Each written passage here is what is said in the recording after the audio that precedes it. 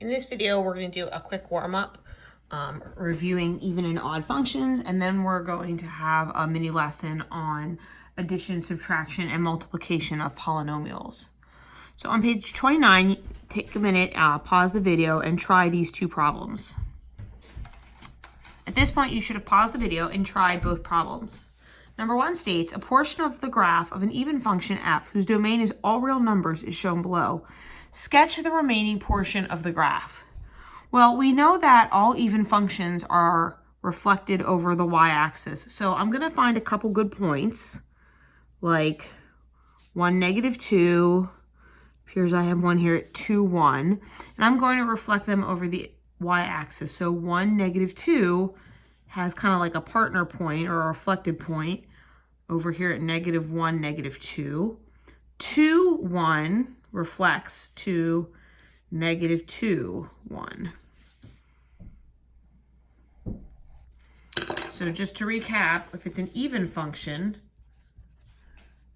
the point 1, -2 has a partner point -1, -2, and 2, 1 reflects to -2, 1. I should probably keep this going. There we go. All right. Number 2 states an odd function g has a point -2, 3 on its graph. What are the coordinates of another point on the graph of g? Well, we want to remember that all functions that are odd have the relationship every xy point has a symmetric point rotated around the origin 180 degrees of -x, -y. So if we have the point -2, 3, we must have the point 2, -3. Okay. So here are the answers to last night's homework. You should have checked them on Google Drive. I'll just run through them in case you didn't. I don't love this origin symmetry. I would rather you say 180 degree rotational symmetry around the origin. Okay. So go ahead and turn to page 31 in your packet.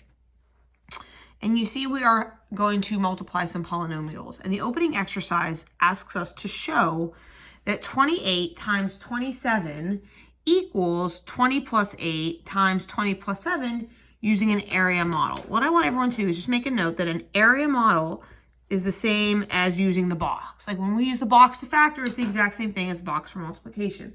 So we could set this up. And you've seen me do this more informally with a 1-digit number and a 2-digit number, breaking it down to tens and ones, 20 plus 8, and then 20 plus 7, and then it's like a little multiplication table. 20 times 20 is 400. 20 times 8 is 160. 20 times 7 is 140, and then 56. And then I'm going to add up my product.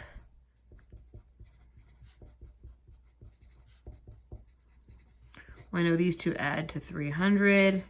So I get 700, oops, that was a 6, 56. All right. Now I also could have done the standard algorithm, like stack them up 28 times 27 and multiplied, but that's not what it asked me to do. It says, what do the numbers you placed inside the rectangular regions you drew represent? Well, this 400 represents 20 times 20. This 160 represents 20 times 8. This 140 represents 7 times 20. And then the 56 is 8 times 7. Okay. So this example 1 is actually done for you. It says use the tabular method, and I want you to make a little note. That's the same thing as a box. A tabular, like a table method. Okay, the table method to multiply x plus 8 times x plus 7 and combine like terms. So you'll notice that this looks really familiar to us, except for one thing. Instead of putting the x plus 7 on the left, they put it on the right. And there's a reason for that. That way, when we do the multiplication, if we follow down like this diagonal is x squared, we follow down this diagonal, and they're like terms. 8x plus 7x is 15x, and the 56, and everything is visible in order. And from this point forward, this is how we're going to set up the box. So make a little note to yourself that these are our factors, and this is the product. And obviously, I would expect you to write your final answer like x squared plus 15x plus 56. Now, I want you to multiply the next two using the box method, because that way when we go to divide using the box, you are familiar with the setup. Even if you're comfortable multiplying just by distributing, I'd like you to practice this. So here we go. On page 32, it says use the tabular method to multiply x squared plus 3x plus 1 times x squared plus, minus 5x plus 2. So I have 3 terms times 3 terms. So I'm going to need to make this box kind of large. And it needs 3 columns, because above the first column is going to go x squared, 3x, and 1. It's also going to need 3 rows, because my second factor that I'm multiplying by is x squared minus 5x plus 2. So now, green just for fun, I'm going to multiply x squared times x squared is x to the 4th. X squared times 3x is going to be 3x to the 3rd. It's very limey. X squared times 1 is just x squared. I'm just going to keep going like a multiplication table. Negative 5x times x squared, negative 5x cubed.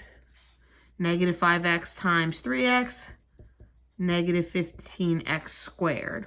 Negative 5x times 1, negative 5x.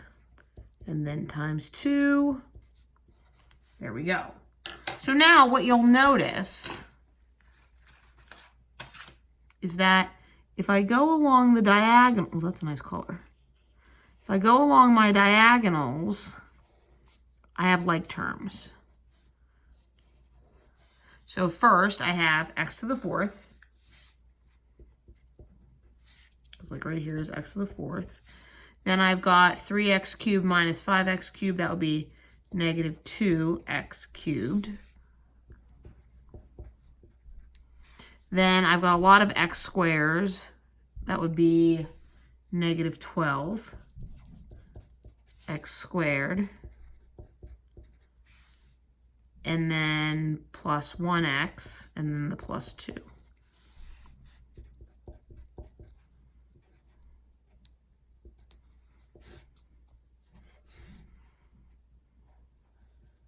Okay, so what I'd like you to do is pause the video and try multiplying number 2. Actually, wait, don't pause the video yet. I'm a big liar. I want you to notice something. X squared, x1, check. Now the second one is x squared. No, it'll still work. It'll be okay. No, I don't want, I'm a liar. It's not going to be okay. Notice that x squared minus 2, we're skipping over the x. So I want you to think about this one as x squared minus 0x minus 2. So I'm going to help you set it up, and then you're going to multiply. So we've got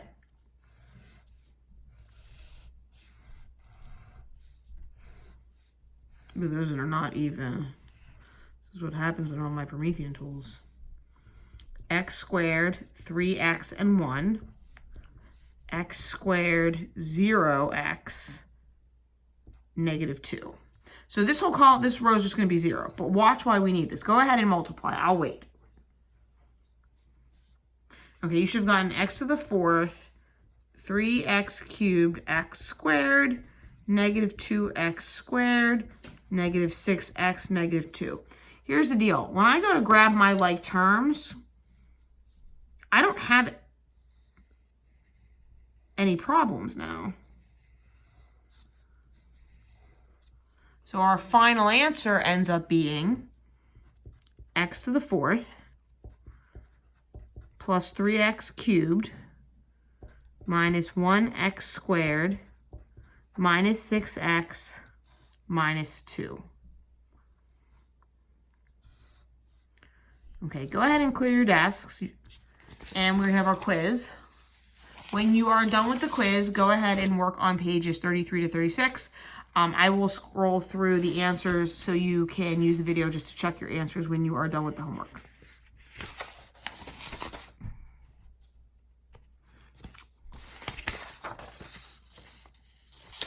So here are your answers.